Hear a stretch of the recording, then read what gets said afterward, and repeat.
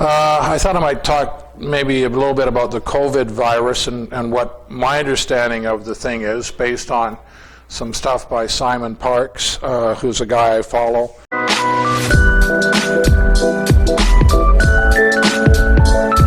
Out of Britain. So the COVID virus is a bioweapon that was developed in a level 4 bioweapons laboratory in Wuhan. One of the scientists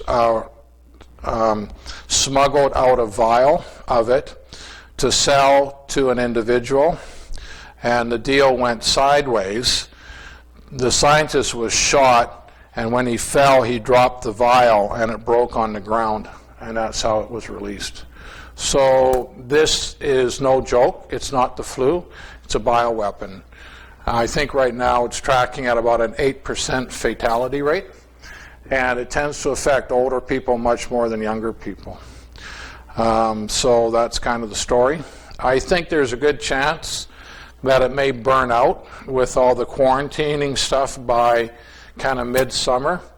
But the problem is even if you eradicate it, we can get reinfected again by having somebody from the third world come back and then bring it back into the community. So it's going to be a bit of an ongoing problem of dealing with that. You know, a person, say, in Argentina, Ecuador, whatever, they get the virus down there, they fly up here, and then even though we've eradicated it in BC, suddenly we're reinfected again, and we're going through the whole kind of quarantine thing. So sunlight will kill it, and it also does not thrive as well in warm temperatures. So as we move into the summer, that'll help. Vitamin C, if you get it, will help a lot. I think zinc as well. But it's no joke this time around. It's not it's not just a common flu. So it's a wild card. There are other wild cards coming. What worries me about this is, the government said, okay, well, we're going to earmark, billions and billions of dollars of relief. But the government doesn't have any money. That means they're going to print more money. And if you print more money, all you do is devaluate our currency further. So there is no free money. Trudeau made it seem like it was all this big bailout of free money, but there is no free money, So this will come back to haunt us later as you devaluate the currency further. So it's maybe he looks good in the moment, but, to me it's problematic as we go down the road, financially speaking. So the upside of the virus is I think we will reevaluate a lot of things about how we do business. Why are we even developing bioweapons in the first place? Why are we dependent on Asian goods, right?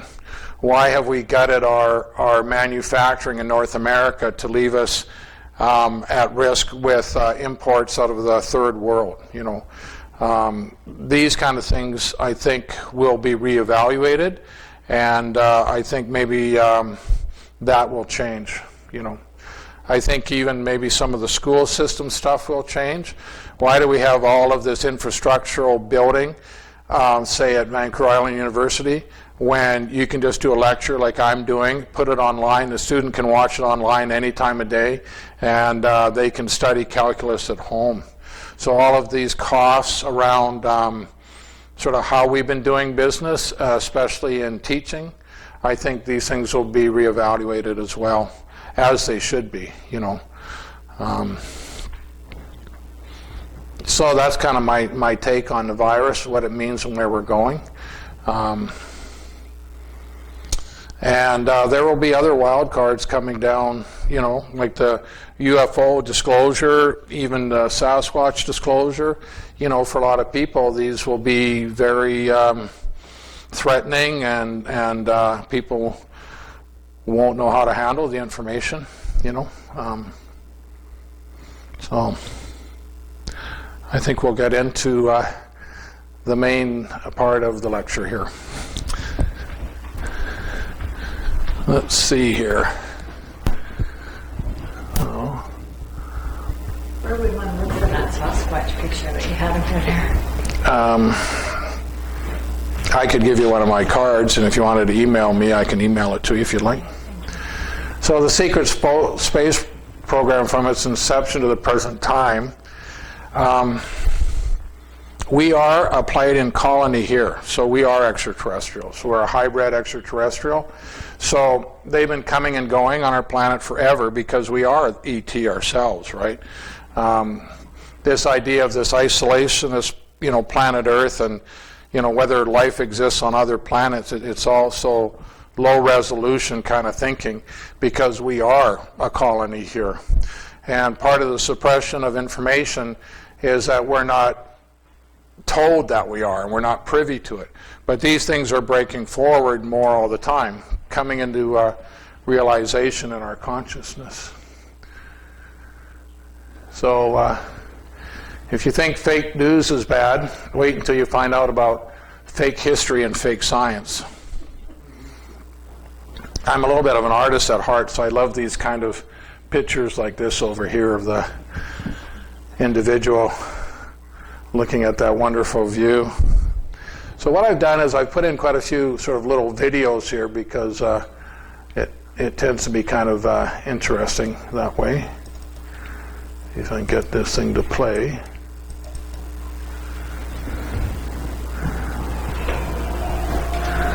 There are cases that are not explainable in conventional terms. That have been made by credible observers of relatively incredible things. When you got right up to it, it lit up. Is this a warning? Is this an attempt to communicate? I was scared.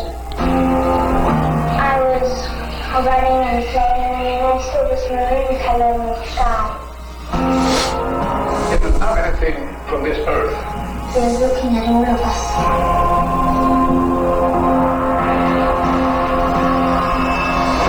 Maybe they're trying to communicate. They were reaching out to us. There is an immense array of unanswered questions and an urgent need to get to the bottom of it. The public has a right to know. The question is no longer if they are here, but why. What are they doing? What do they want from us? What are their motivations? For over 75 years, there have been sightings in the sky. The UFO shut down several missile silos in Montana. Thousands of witnesses worldwide. It had to be a data collection. I'm sure they scanned the warrior. Just kind of hovering there. Never changed its longitudinal axis. And then it goes, poof, it takes off the side. And high-level cover-ups. The government was covering up what happened at Roswell. Hiding these dark secrets. I was told there wasn't anything there. Well, I knew there was. People need to know there is something else out there. Yes, there have been visitation, crash craft, material recovered. Should we be spending some money to study all these phenomena? I knew this was breaking news for the front page of the New York Times. They were trying to communicate, trying to tell us something. Now it's time to tell people about it. These things are real. They're here. This is happening now. So this is another show coming this fall. Disclosure, more disclosure information. The News of the World, Wednesday, February 25th. Once again, on So this is a UFO flyover of LA in 1942. I'd like to give you the latest news led by shortwave radio. And now for news of our own West Coast, we take you to Los Angeles and the report of Byron Thomas. Anti-aircraft guns went into action against unidentified aircraft in the Los Angeles area shortly after 3 a.m. Pacific wartime this morning. The anti-aircraft guns began barking during a blackout ordered by the Port Interceptor Command at 2:25 a.m. The unidentified object, which some sources thought might be a blimp, moved slowly down the Pacific coast from Santa Monica and disappeared south of Long Beach. Army officials declined to comment on the possibility that the object might have been a blimp. However, it required nearly 30 minutes to travel some 25 miles, far slower than an airplane. Columbia Broadcasting Building in the heart of Hollywood could plainly see the flashes of guns and searchlights sweeping the skies in a white arc along the coastal area. Concussion of the shells could be felt in downtown Los Angeles, 15 miles away. U.S. Army planes quickly took to the dark sky, but what if they contacted the object has not been enough. Army officials say they will not comment until they receive a full report of the act. Although some watchers say they saw airplanes in the air, semi-official sources say they probably were the U.S. Army's pursuit. Several observers say they saw one or more planes spotlighted by 20 or 30 searchlights.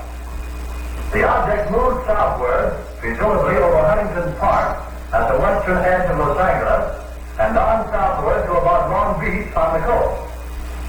By 3:30 a.m., observers said the object appeared to be over the south of Long Beach. Searchlights closely followed the object down the coast and kept it centered in their glare. Shells frequently can be seen bursting near the object, but none appear to hit it. The shooting stopped about 3:30 a.m. The shooting brought warfare to the front door of this city of 1.25 million population for the first time since December 7th. Already it was alerted to the presence on the Southern California coast of a Japanese submarine which had pumped 25 shells into an oil field north of Santa Barbara Monday evening. Because of the presence of the submarine, a 3-hour alert was ordered at dusk last night, and civilian authorities stood at their posts while the Army and Navy continued their search for the submersible. The evening alert ended at 10:23 p.m., but another was sounded at 2:22 a.m., and the blackout followed within 3 minutes. It covered Los Angeles County from Santa Monica to Pomona. At 2:27, all Southern California radio stations were ordered off the air, except those in San Diego. Approximately 20 minutes after the firing died down, the ship returned and headed westward from Long Beach toward Santa Monica. The guns went into action again, throwing round after round of shells at the object. The second barrage appeared to be closer to downtown Los Angeles, since watchers could hear the concussion of the guns more clearly, and the flash of bursting shells was brighter. Then the ship disappeared for the second time over the ocean. We return you now to CBS in New York. Unfortunately, with this, because they were firing away at it, 9 civilians were killed. And I don't know how many were injured, but I can bet that if 9 were killed, you probably had another 40 injured by the flak that was then falling back down onto the city and exploding in suburbs and stuff. So that was 1942. So, what are we dealing with? Do you want the complex, answers that are right? Most people just want simple answers that are wrong. This is the way it is for us in, disclosure and stuff. We, as a humanoid species, we originated in a place called Lyra here. And there's sort of 2 groups. There's the Zeta Grays, Zeta 2s, the reptilians, the Dracos. They're kind of one group over here. And then on this one we have, the Antarians and the Procyon and Tau Ceti.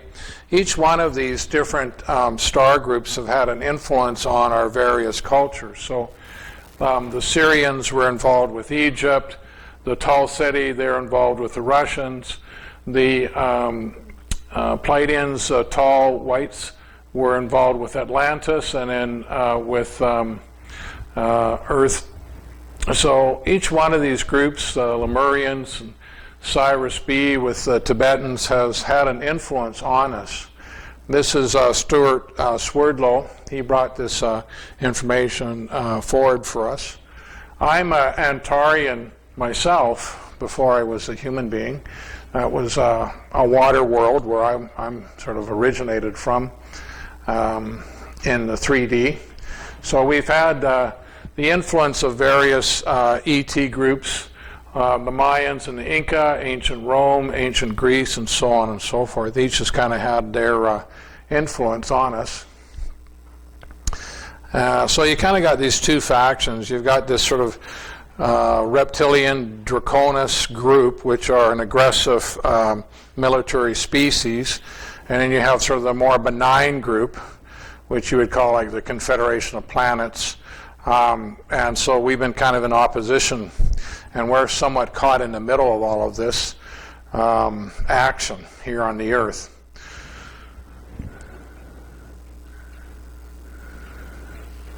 So the movie Contact dealt with Jodie Foster and going to Lyra. So this is what Lyra looks like. You can see it quite prominently in the evening sky. Kind of looks like a little bit of a kite. That's the Lyran system. The Lyrans,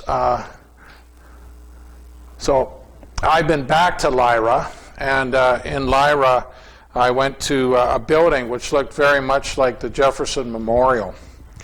The main star is Vega, so there's Vega in the star system, and I observed a building very similar to this when I was there.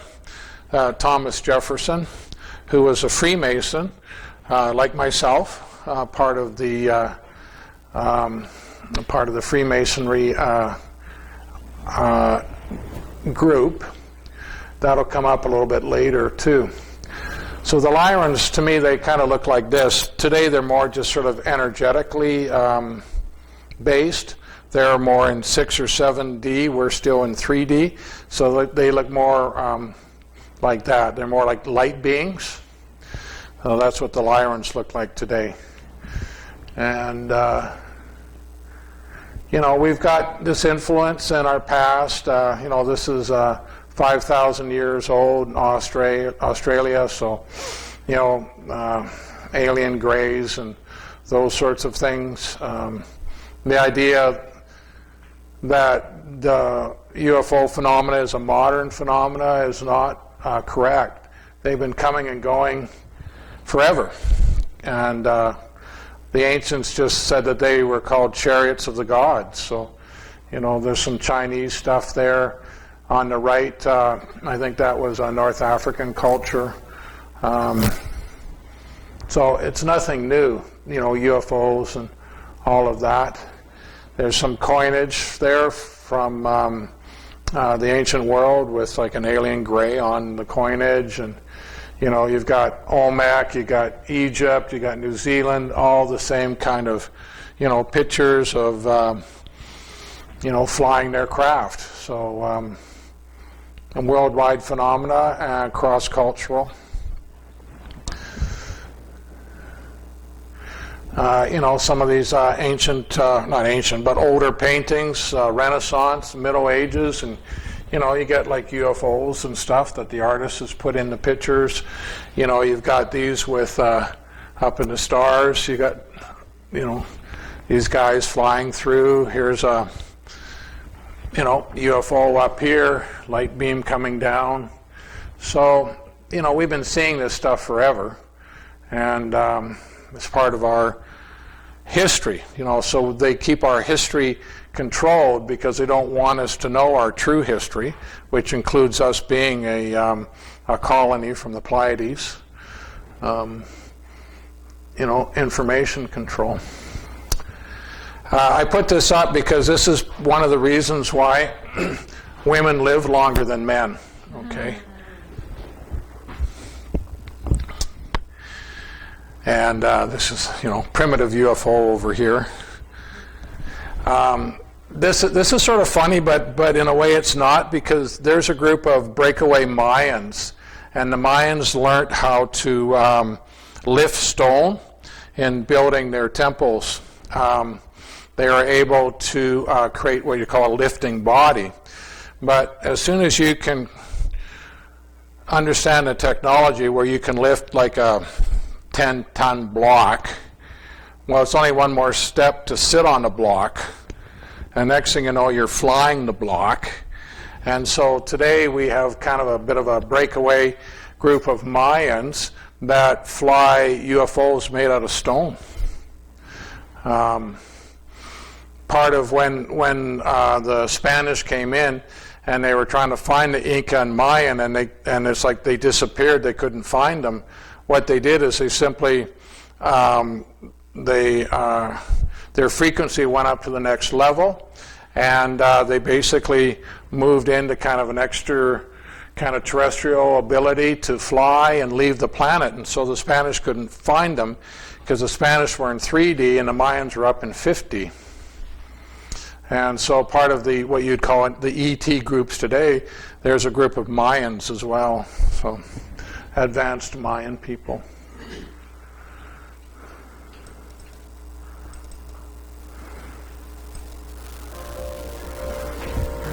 This is Karen Carpenter.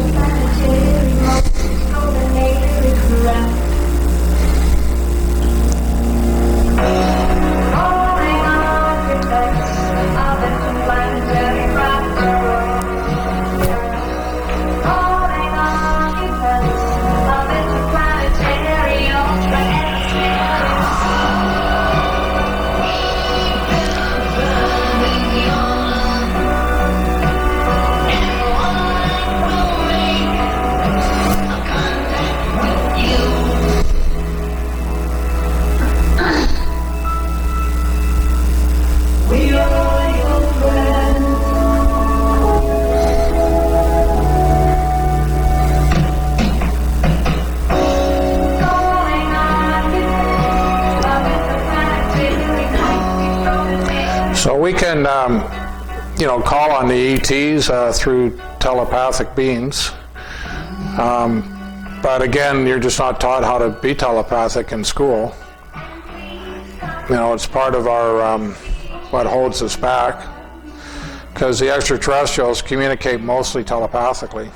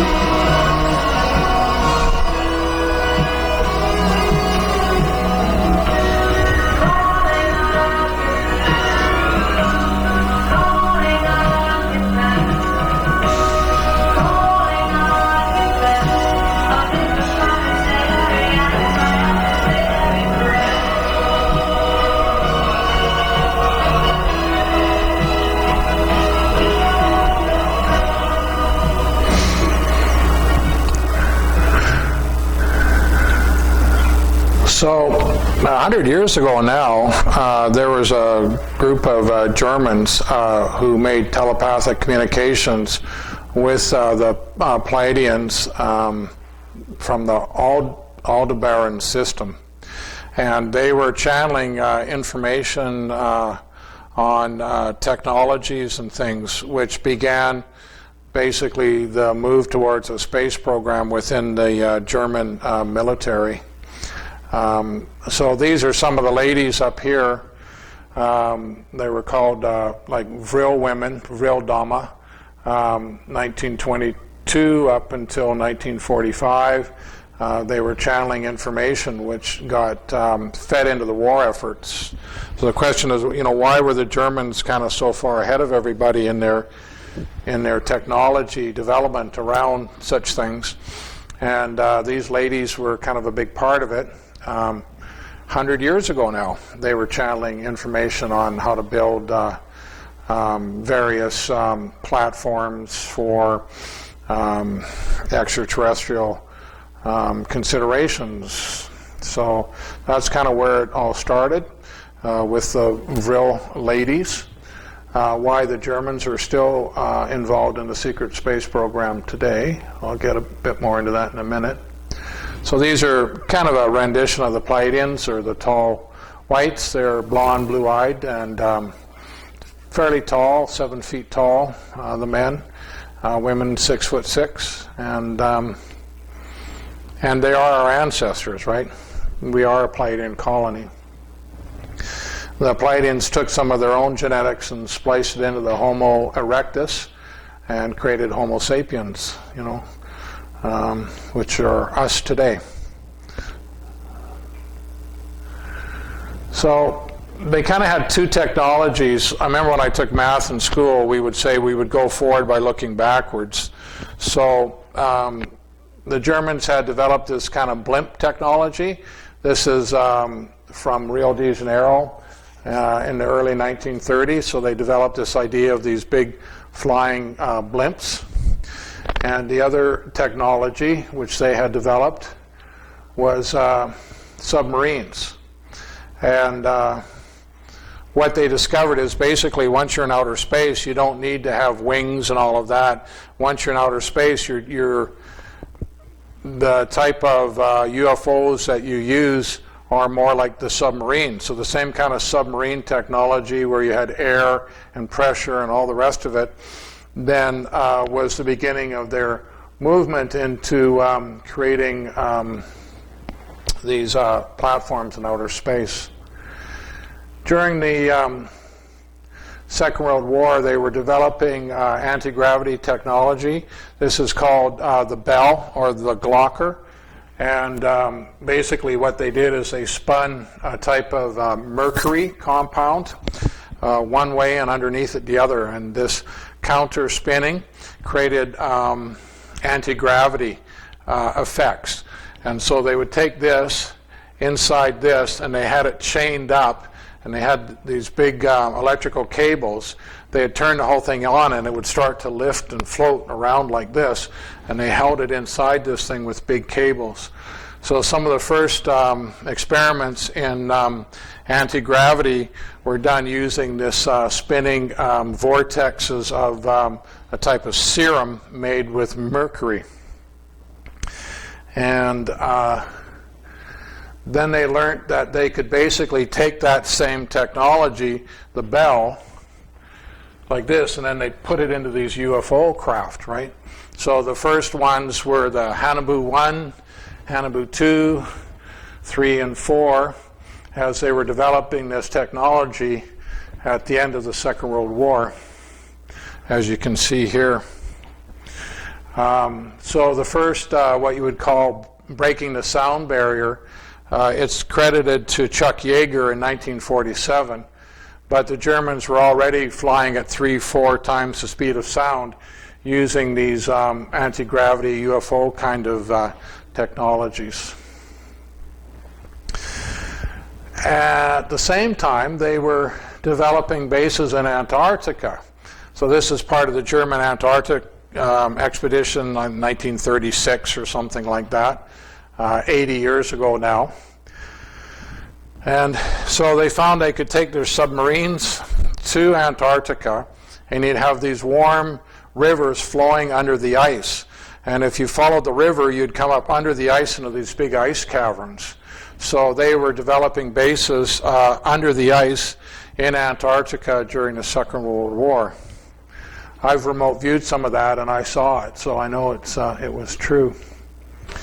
Meanwhile, you had this guy von Braun, and these other German scientists were developing their technology around rockets and rocketry. The head of the base in Peenemünde, which was on the Baltic Sea in northern Germany, is where this development happened. It's called Peenemünde, and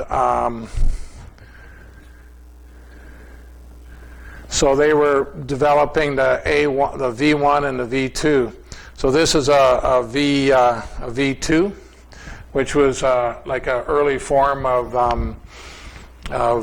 like drone or Scud missile. During the Second World War, just as a side note, if you shot it down, it would blow up, and when it blew up, it could also take out the Spitfire. So what they would do, they would intercept it coming in, they'd get their wing under the wing, and they would do this, and then it would turn, and it would fly back out again, out to sea, and blow up harmlessly. So pretty brave guys, you know, that would fly in and steer those flying bombs away from landing on London and stuff.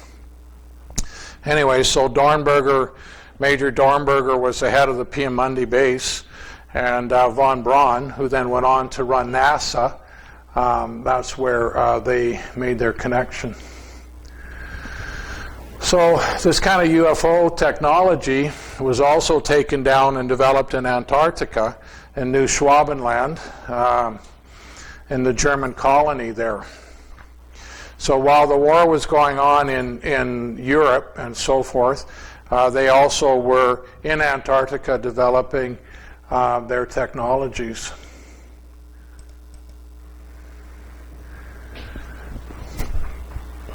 So basically what happened is Europe fell, but Antarctica didn't fall. So the Antarctic Germans continued developing their UFO technology after the war. This is a movie that came out a few years ago, and it gives you a bit of an idea of what I'm talking about.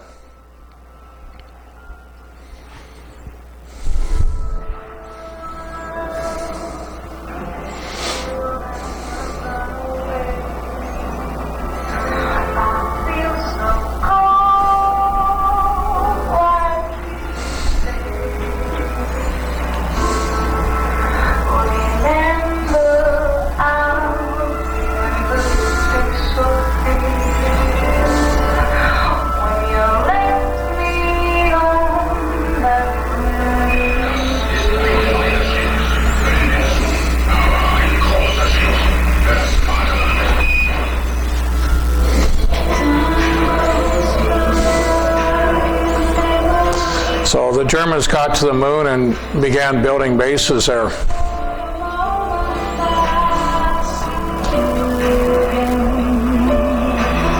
Nazi Germans too.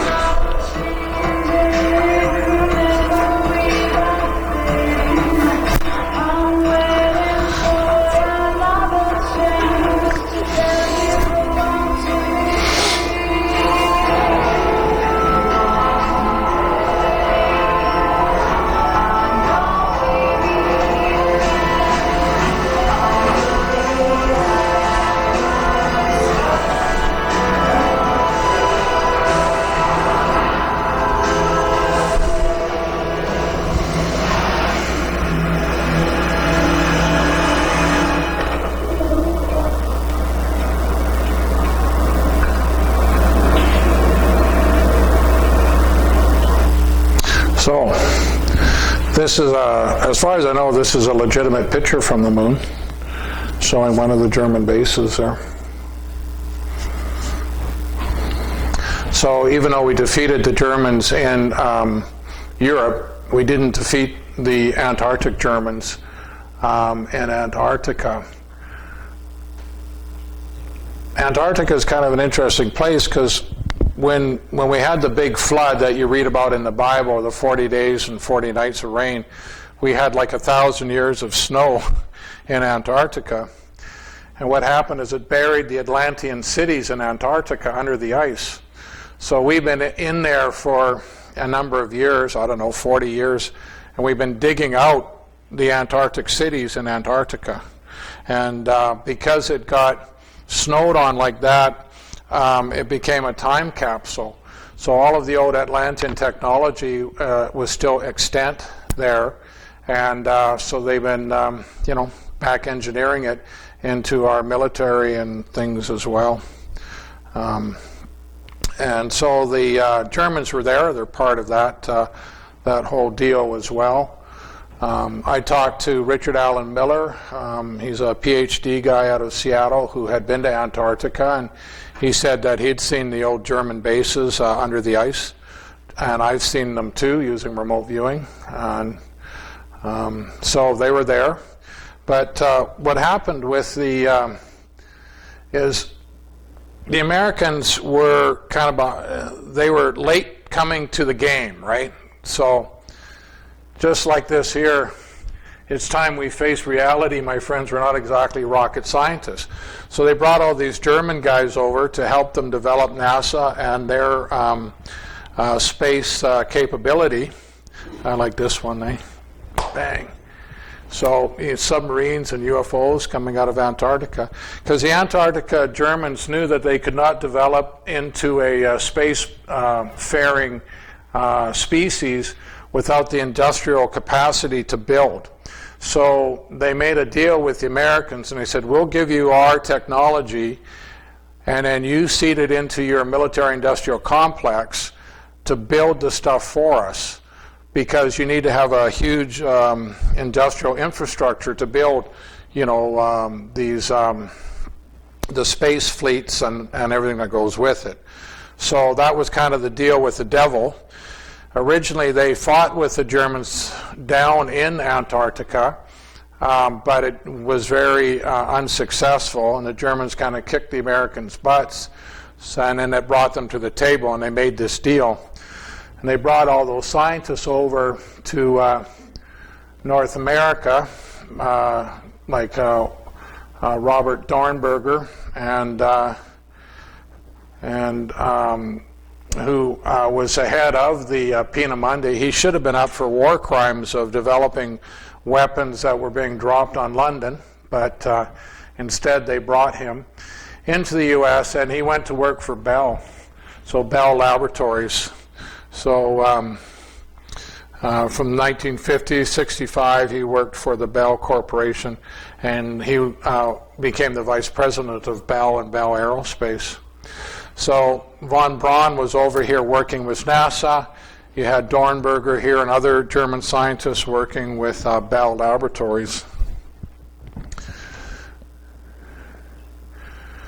So Dornberger played a major role in the creation of the North American X-15 aircraft that was key to developing their technology around high speed, Mach 6, Mach 7, Mach 8.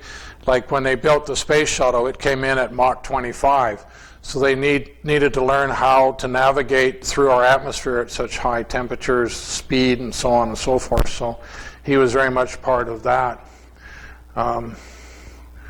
So there's von Braun with Kennedy over here, and then this is a group of the German scientists with some of the American military people in the 60s. And I'm going to segue a little bit here. So Kennedy here was assassinated, as we all know, in 1963. And the person who was blamed for killing him was a guy called Oswald. But so this was one of the managers at Bell who worked for Dornberger, and so this is him and his wife, and this is a picture of Oswald at their home here in Dallas, Texas. And the lady up there, that was Maria, who was Oswald's wife. And they were having marital problems, so she went and stayed with this couple here who worked for the Bell Labs. So what's the connection with the assassination of Kennedy? Well, you had Bell Aerospace. It was the lady there who got Oswald his job at the book repository. And to me, he was set up by the Germans and the Americans to take out Kennedy. Well, why would you do that? Well, because Bell Aerospace, they were the ones who developed the Huey aircraft that was used in Vietnam. So over 15,000 of these helicopters were used up in that war. So you can imagine the profits that were being funneled into Bell Aerospace because Kennedy was going to haul them out of Vietnam. And after he was assassinated, Lyndon Johnson then went in and geared up the war instead. So all these guys at Bell and Bell Aerospace and Dornberger, they all then made millions and millions of dollars.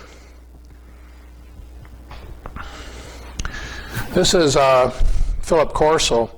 So he was tasked with introducing some of the UFO technology into American industry. Part of it came from the Roswell crash, the day after Roswell. So when that craft went down, the military went in, seized it, but they didn't know what to do with it. And it kind of sat in the military for about 5 years, and then it was moved over to Philip Corso, who was then tasked to introduce it into American industry. So what happened? They moved it into Bell. So laser technology, which came out of the crashed UFO, these guys got the Nobel Prize from Bell Laboratories for developing laser technology.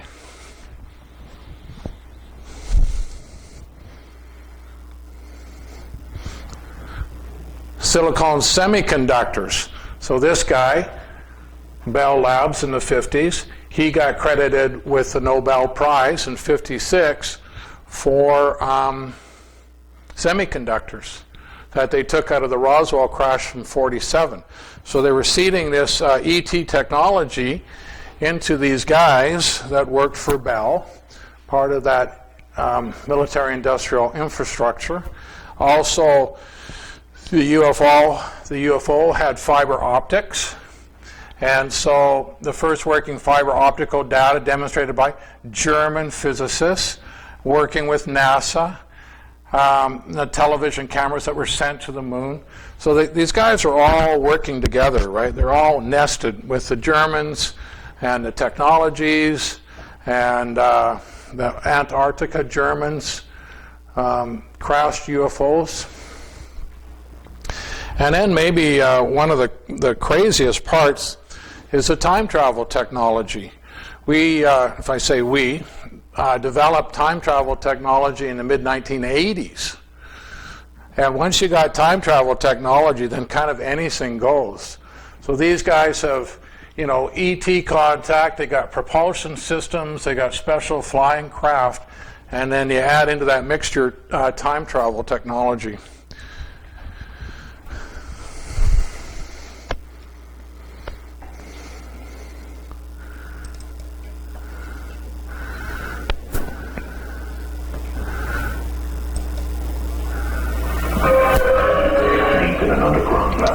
And remember, they always let you know what they're doing, but they couch it in saying that it's just science fiction fantasy.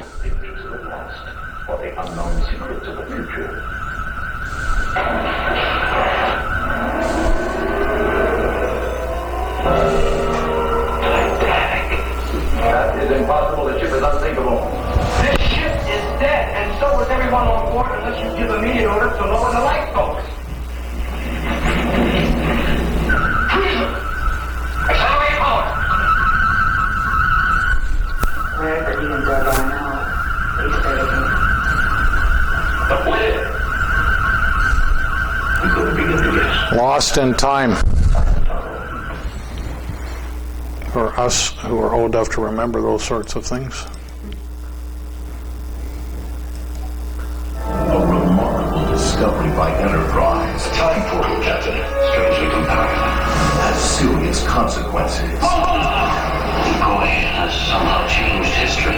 Germany won the Second World War. Now the group must travel to the past. We seem to be out of step with the times. To save Earth's future. I'm in love with these kids. Joan Collins star, Saber. Millions will die who did not die before Star Trek. The name of that episode was The City on the Edge of Tomorrow, which I really kind of like this. That's a nice descriptor. And they mention in there about the Germans winning the Second World War. So once they gained this time travel technology, they started using it for all kinds of experiments, including having the Second World War won by the Germans. And then they didn't like it, then they switched it back, so then what we'd consider the West won the war again. So we won the war, then we lost the war, then we won the war again. They've been manipulating our history a lot, but of course we wind up being unaware of it. What they did to win the war is they advanced their jet propulsion aircraft, and they advanced their abilities to build an atomic bomb. So they flew an atomic bomb over and dropped it on Manhattan and blew Manhattan up with an atomic bomb, and then the Americans capitulated and let the Germans win Europe. But that's been lost in time because they reconfigured it again. I actually, at home, I've got a picture showing the blast radius of the bomb on Manhattan that was in the German files. Because when you switch history and time, not everything kind of clicks back over. And that was something that was sort of, time slipped through. So,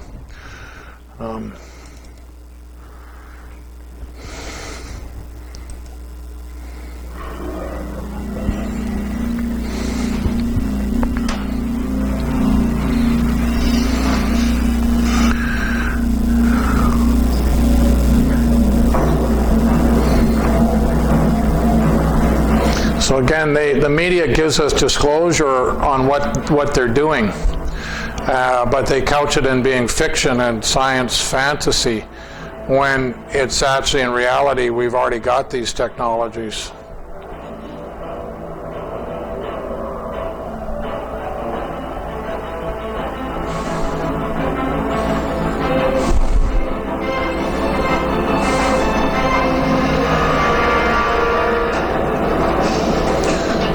So this was the Stargate and the Stargate TV series. I don't know if any of you watched the Stargate TV series.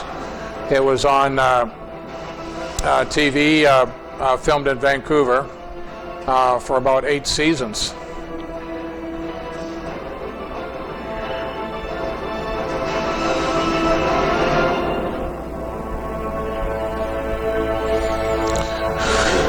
So these stargates are jump gates that you go through, and then it teleports you to another place in space and time.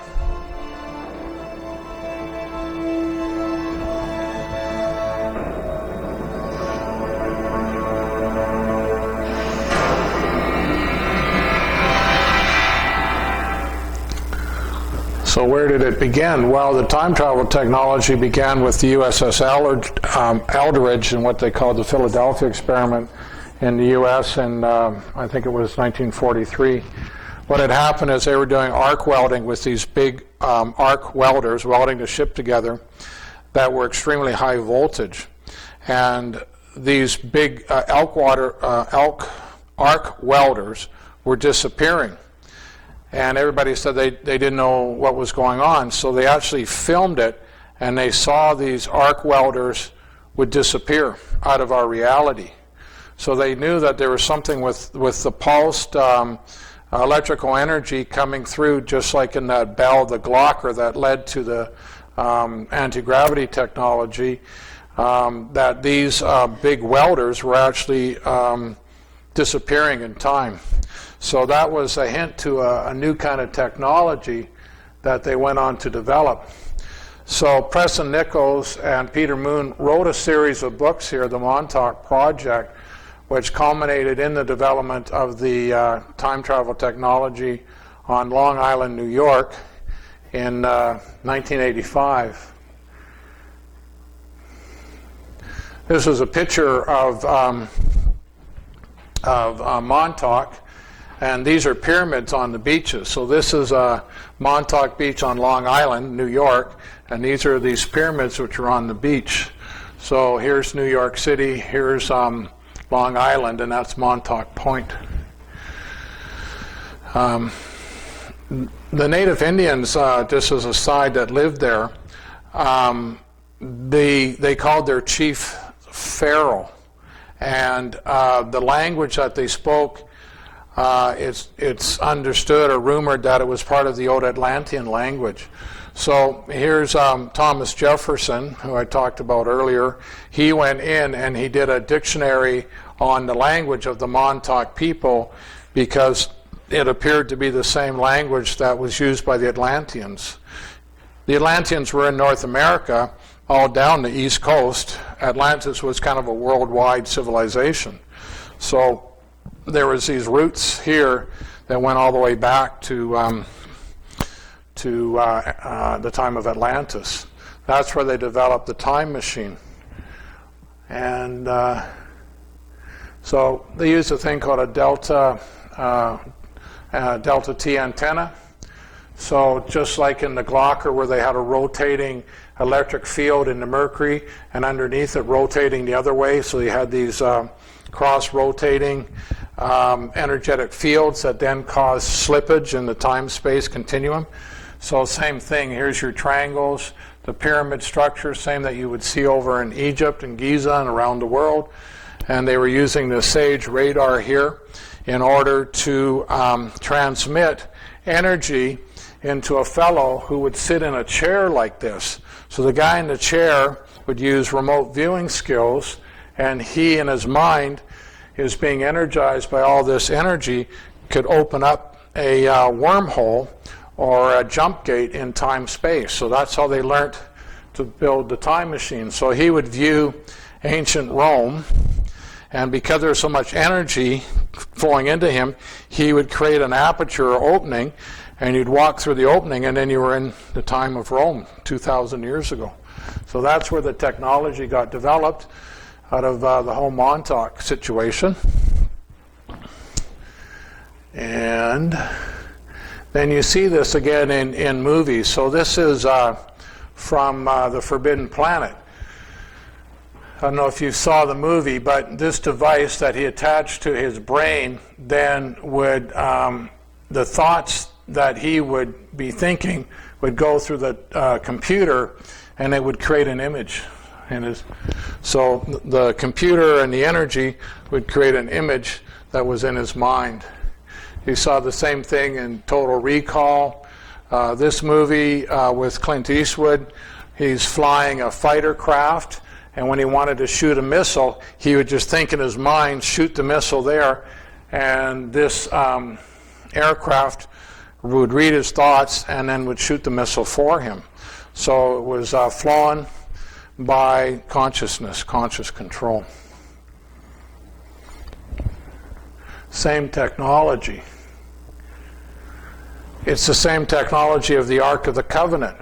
So in the Ark of the Covenant, they don't show you that, but there's a thing called a mercy seat, and the mercy seat's right here. You sit in the mercy seat, and because of the technology involved with the Ark of the Covenant, you'd be enshrouded in this energetic field, just like the SAGE radar ray would beam energy into a person sitting in a chair.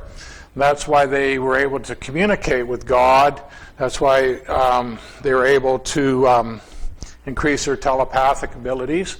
So the Ark of the Covenant uses the same technology as the Montauk chair, and the same as the guys that fly UFOs. They fly UFOs, they sit in a chair, and the craft reads their thoughts and goes where they're thinking. So it's, like it's old and new technology. But with the chair, you're being bombarded by radiation.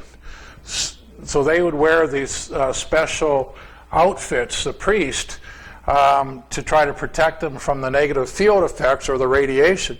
Just like if you go to a hospital in radiology, they wear these suits to protect themselves with lead lining. So too did the priests that attended the Ark of the Covenant. Things like this breastplate here that was made up of different types of stones and jewels and headdress and the whole thing as a form of protection. And as a Freemason, we take our inspiration from the building of King Solomon's Temple, which housed the Ark of the Covenant. So we wear aprons, just like you had to wear aprons to protect ourselves from the negative field effects of the Ark. And we do the same. We still wear aprons today. And we wear a thing called a cable toll at our initiation, because when the priests would go in to commune with the Ark of the Covenant, they often would get overwhelmed by the energies and faint. So then the guys would haul them out of the temple by rope with the cable tow. So we still have that in our ritual in Freemasonry. Are we getting far down the rabbit hole here yet? Oh. So in the Montauk, they have this horse that's in the future, and I remote viewed that myself. It's out about 5,000 years or some crazy thing. And it's just a place and time in like an abandoned city in France that was blown up in warfare and rubble and damage everywhere. And in the middle of this square was this horse, rampant horse. So they would send people, children, through the time travel technology to report on what they were seeing as a type of experiment or learning process. So then you got the Denver airport, and you got the same crazy horse here at the Denver airport. So from Denver you can fly all over the world, and they got these crazy kind of like apocalyptic murals and stuff at Denver. And to me, it's right out of the Montauk books. So Denver is connected around the world with these underground tunnels. They built these boring devices that they've been using to create an underground railway system all over the world, where they travel at high speeds underground secretively. So they move from South Africa to New York to Denver to whatever, all the way to Antarctica, underground in these big railway systems. So Denver Airport's one of the main hubs. And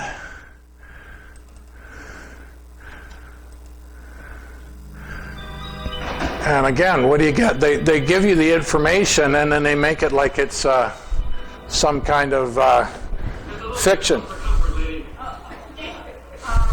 Look, you ever seen a talking gargoyle before? Welcome to Illuminati headquarters. I mean... Awesome. Hello? Do I know you? Are you hungry? Oh, I'm starving. You got anything for me? Those flowers look delicious. Oh, it's because of the conspiracy. Look at me. I'm a little know-it-all. Will you get back over here? I got a question about this conspiracy. Did you have to buy an extra seat for your hat, sir? Sir, are you stealing a desk? Sir, you have resting, confused face. Do you have a favorite animal or pet? A caterpillar. A caterpillar? Wouldn't you rather have a gargoyle? No. Yes. You know, you can actually put the phone down and have a conversation with me. But no, I'm a millennial. I've got to post it. I've got to snap face it and Twitter book it. Excuse me, miss, I've got a stain that needs some polishing. Can I borrow your cleaning cart? Oh, no. I need your help. Guess what my favorite food is? What? No, I want you to guess. Cumin. Cumin. Yes, I love cumin. Oh, I thought you said cumin. I'm a real big spice guy. Pretty this guy. I can't believe you are wearing one of my friends. Hey, this isn't your friend. It used to be until you put it on your headband. How old are you? Well, 243 years old now. I look good for my age, don't I? Yeah, work out? All the time. You should see my squats.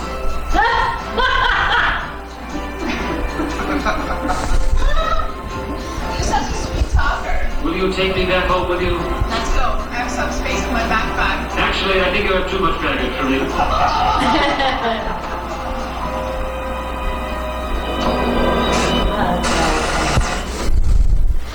So they move ETs through the Denver airport on the underground railway system.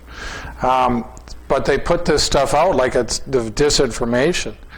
I saw a gargoyle once. I was working on a building, and a kind of a squall had come through, and I was 4 stories up, and I look over, and there was this gargoyle sitting there. He was looking out at the lake, and it kind of scared me because he's like this big as a Volkswagen, right?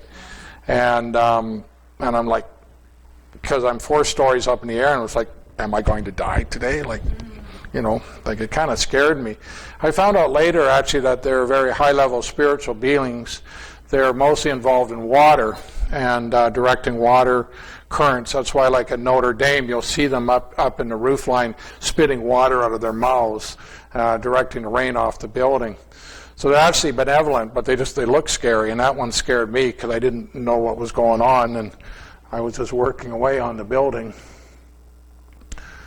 So I was thinking that's a lot to think about, and maybe we should take a bit of a break.